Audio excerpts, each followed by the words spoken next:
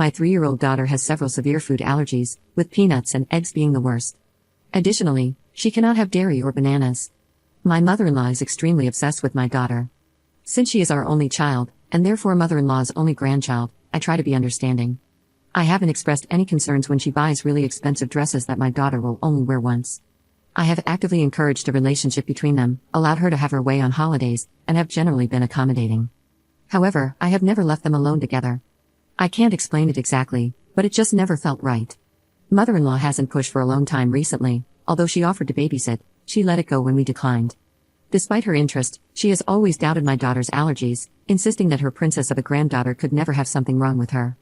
However, she has never tested to see if it was true, at least not until today. Mother-in-law was visiting, playing dress-up with my daughter. I had a horrible headache, so I asked her to watch my daughter, allowing me to lie down for an hour, and she agreed. However, 20 minutes later, I was abruptly awakened by her shrieking, and she was screaming that something was wrong with my baby. I rushed to my daughter's room to find her gasping for breath, her lips turning blue. I screamed at mother-in-law to call 911 and used an EpiPen on my daughter. After administering the EpiPen, my daughter managed to take a deep breath, but I noticed that she smelled like banana.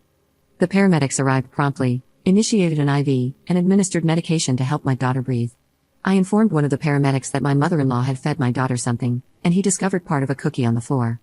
After confronting mother-in-law, she confessed to giving my daughter a peanut butter banana cookie, claiming she didn't know it would harm her. I texted my husband and rode to the hospital with our daughter.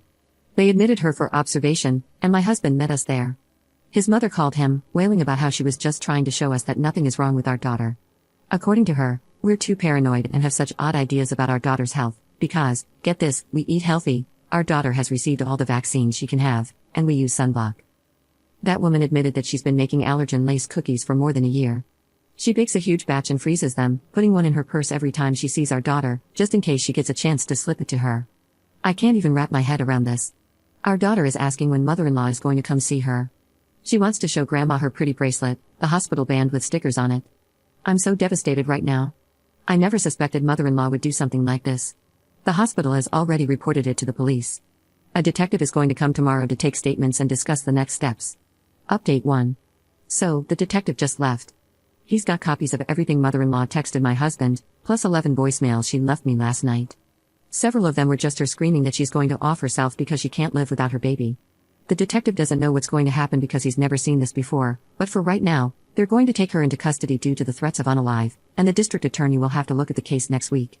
Our daughter is doing great, as they've sent a counselor to work with her for a bit, and we're going to continue with that while we navigate the next couple of weeks.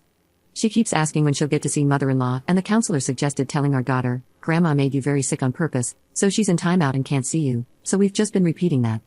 My husband's family is pretty split on the matter. Everyone is kind of in shock, but he's too angry to care about anyone who doubts our reaction. There are a few people who are saying she needs help, and that it's our duty to support her through this. Lol, nope, our duty is to our daughter full stop. That woman will never see us again. Our daughter and I are going to stay with my parents in Ireland for a while. We're leaving at the end of the month and my husband is in complete agreement. He's also talking about us moving a few states away just to make sure his mother can't get to our daughter. This could have been so much worse. Our daughter will make a full recovery and she likely won't remember this when she grows up, so we'll be okay. Update 2. So, mother-in-law is being charged with endangerment of a child. Our lawyer has told us that she will probably not spend any time in jail, but we do intend to pursue a civil case against her for the hospital bill. In any case, we have a restraining order against her and have informed my daughter's preschool. She will never lay eyes on my child again if I can help it. There will be no second chance for her to harm my child. My daughter has physically recovered 100%, and we are working closely with her therapist to make sure everything goes as smoothly as possible. She doesn't seem to be suffering any emotional trauma, but my husband is having a really tough time, all things considered. He is also in therapy to help him with the trauma of suddenly losing his mother, but he is rock steady on the resolve to cut her out entirely. Update 3. So, apparently going this long without seeing my daughter has made my mother-in-law lose it. Yesterday, I got a call from my daughter's preschool, and mother-in-law tried to pick her up. She told the staff there was a family emergency. Luckily, the preschool knew about our circumstances, and they did a soft lockdown and stalled until the police got there.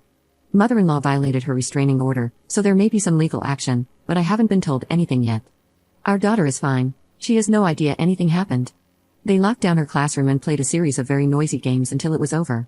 We're moving several states away in June and not telling mother-in-law. Hopefully she'll figure out we're gone after it's too late to bother us anymore. Update 4. So my crazy, Allergen giving monster of a mother-in-law somehow found out the day we were moving and showed up at our house. She parked behind the moving truck and said she wouldn't budge until we agreed to talk things out. The police were called and she was arrested for violating a restraining order, which I'm told could result in as much as 1 year in jail. But I believe she has to go to court first. Her car was towed, the movers finished up, and now we're all safely in a new state. All 4 of us, because we recently found out we'll be adding a new little one to our family in January, and mother-in-law has no idea. As for school, we're really fortunate that we can manage a nice private school with excellent security in the new state. I've had to go back to work part-time to cover the cost, but the peace of mind is worth it. My daughter and husband are going to continue therapy. Hubby is going to go to grief counseling because he feels as though his mother suddenly passed away. He is very adamant that she never sees our children, but losing his mother has been very difficult for him. If, heaven forbid, he were to waver on that, my children and I would be on the next flight to Ireland. Oh, and my daughter has started this program at a hospital nearby where she is exposed to her allergens in tiny but incremental doses. So far, it's going well. Thank you all for your support and advice during this ordeal. Update 5. So, hubby works for a large company with offices in multiple states. We told the new location not to release any info about my husband, as in don't confirm that he works there, nothing, but monster-in-law called the old location and played the forgetful old lady card, managing to get the number of the new location hubby transferred to. She then proceeded to call the new location. The receptionist didn't get the memo, apparently, and gave her hubby's extension. As soon as he picked up, he was treated to ear-piercing wailing. Not talking or crying, just full-on banshee wails. He hung up immediately, but she called again, and again, and again. She left 12 full voicemails of this before his mailbox was full, then she switched back to calling the receptionist and wailing at her.